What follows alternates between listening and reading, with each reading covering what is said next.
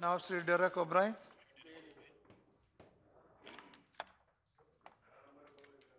Sir, I am a student of class 11 at Garden Reach N. Das Girls High School.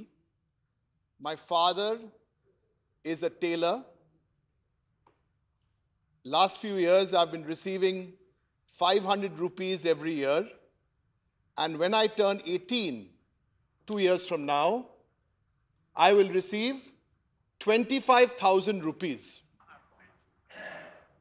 Sir, this is the story of one of 12 lakh girls who between the age of 13 and 18 have registered themselves in Bengal for a scheme called Kanyashri.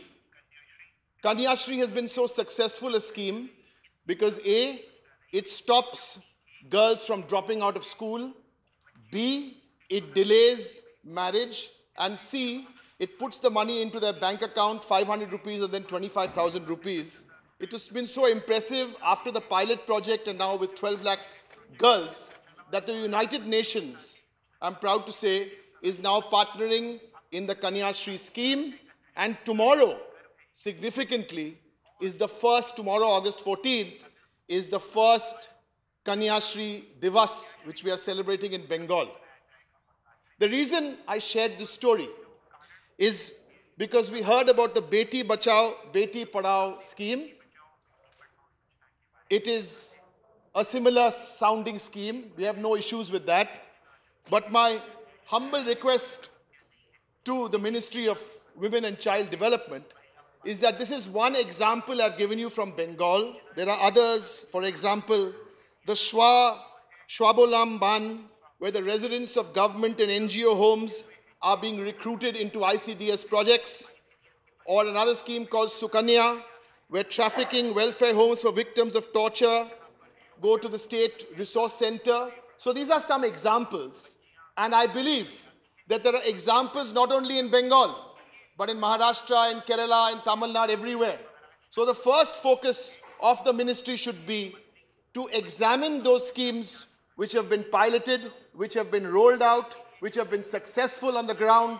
Doesn't matter if you want to change the name, but use those schemes which the states have used. You spoke a lot about cooperative federalism. This is one very good example of ready-made cooperative federalism at work.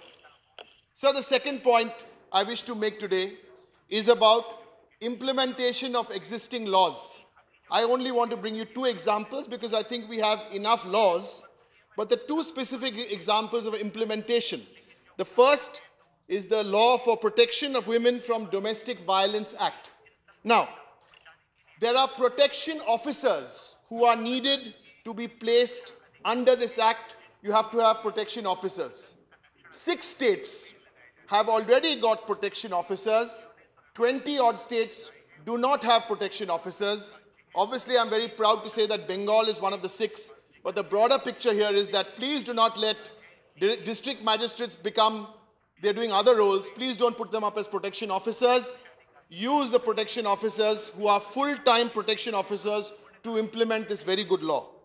And the second one, again with the problem of implementation, which the minister seriously needs to look into, is Protection of Children from Sexual Offences Act and the Sexual Harassment at the Workplace. Here, there are good laws, but the message to the minister and the ministry is, look into the implementation. My third point, which in fact this speaker from the BJP touched on, is the budgetary allocation. In 2013-14, the budgetary allocation originally was 915 crores. In the revised estimates, it came down to 480 crores. The point I'm trying to make is because of delayed release of funds, and all this expenditure goes and gets stuck in the third quarter. So by the time you come into the last quarter, the action doesn't really happen with the annual action plan. So the money is there, the revised budget estimates come, but eventually that figure is sometimes 1/3 than what is the total.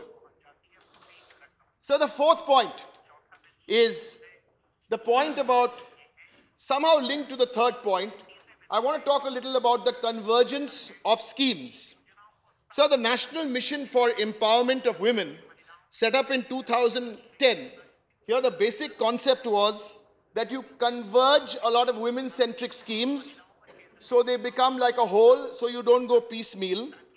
Fund utilization in there was 2010-11 was zero. Now let me give you just 1 year's figures. In 2012-13, 22 crores, revised got 10 crores, finally utilized 8 crores. So here I would request the Minister through you to look at the recommendations of the Standing Committee on National Mission for Empowerment of Women so this synergy can happen in a good way. And one simple way to make the synergy happen is to initiate, we suggest from the Trinamool Congress, you initiate a pilot convergence scheme, choose 1 or 2 schemes, you initiate the pilot convergence schemes to see how this works so you can have proper schemes rolled out in the future. So the fifth, the biggest crime in the world is not bloodshed. It's not bigotry. The most disgraceful, unforgiving, shameful, tragic crime is the crime of silence. We don't believe rapes happen overnight. The crime of silence, which I'm referring to, is in an urban situation or in a rural situation. Let me give you the urban situation. That's where the first, if I may use the term, mini rape takes place. In a bus, in a train, where a man tries to touch a woman badly in the morning. He does it 5 days in a row on the bus going to office. Nobody objects. The lady is so scared. Nobody in the bus, if she thinks if she brings this up in the bus, no one will support her. So what does the man do? Next week he moves on to stage 2. He tries something on the way to work. Now he tries it on the way to work and on the way back to work. So that is stage 2. Like this, it carries on, carries on, carries on.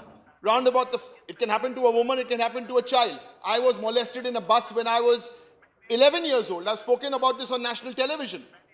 And I want to talk about it today. When I was traveling back in short pants and somebody at the back did something to me and I had sperm on my shorts. And I was too scared, coming from a progressive family, to go and tell my parents that. This is the crime, the tragic crime of silence. How many of us here sitting have not been poured in a bus? So if we really want to make a change, we need to look at this right at the bottom of the pyramid. We need to get the message out that if someone is in the urban situation, is hurt in a bus, if she screams, everyone needs to feel strong enough to come and support her. In a rural situation, it's very different. When a woman goes to the toilet, a lot has been spoken about this. I've seen this happen in front of my eyes in 2008 in the Great Singhud agitation. Taposhi Malik, who is today considered a martyr in Bengal for the cause she stood up for. Taposhi Malik lost her life. Why? Because she went at 4:30 in the morning before dawn to an open toilet. So what we do in the bus, or if we only have close all the toilets, we're not going to solve this problem, which is a much bigger problem, sir.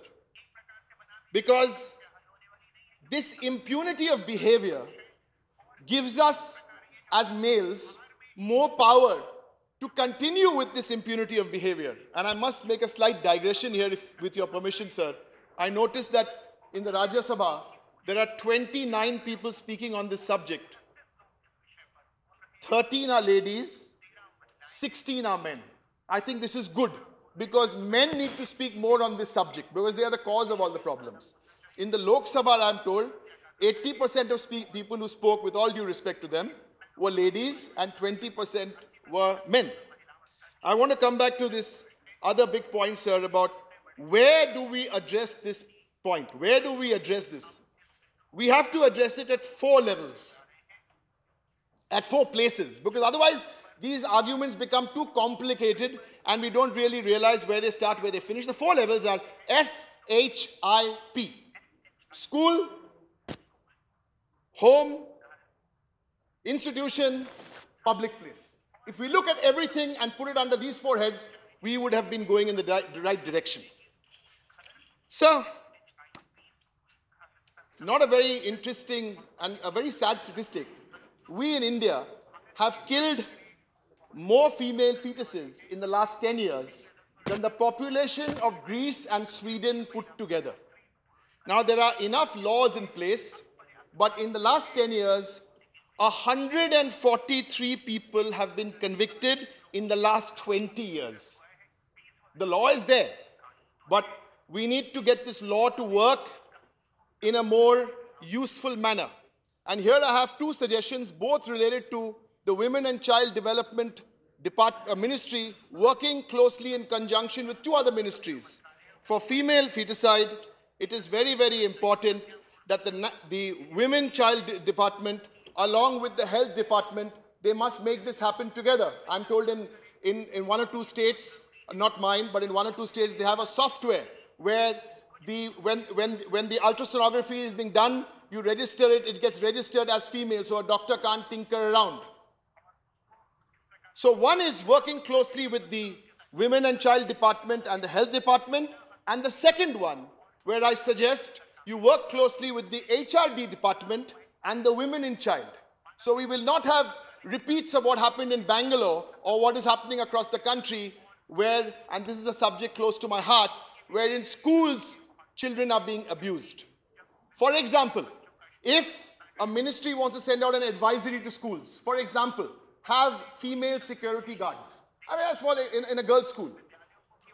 Who does this? Will Women and Child do it, the advisory, or will the HRD ministry do it? So this is my last suggestion, to bring it in the coordination. Make the coordination better. Sir, to sum up, I'm leaving you behind, and I understand the minister is not here because she's in the Lok Sabha, that's fair enough. Leaving you behind with 5 or 6 thoughts. 1, use the ideas which have been used by the states, study those ideas, implement them at the national level. 2, ensure that laws are implemented better. I gave you the example of the protection officer. 3, closer cooperation between the HRD ministry, the health ministry, and the Women and Child ministry. 4, the point I made about budgetary convergence and budgetary allocation. 5, the tragic crime of silence. With those words, sir, I wish to end so more Halima Khatuns can live happier lives across our nation. Thank you, sir. Thank you.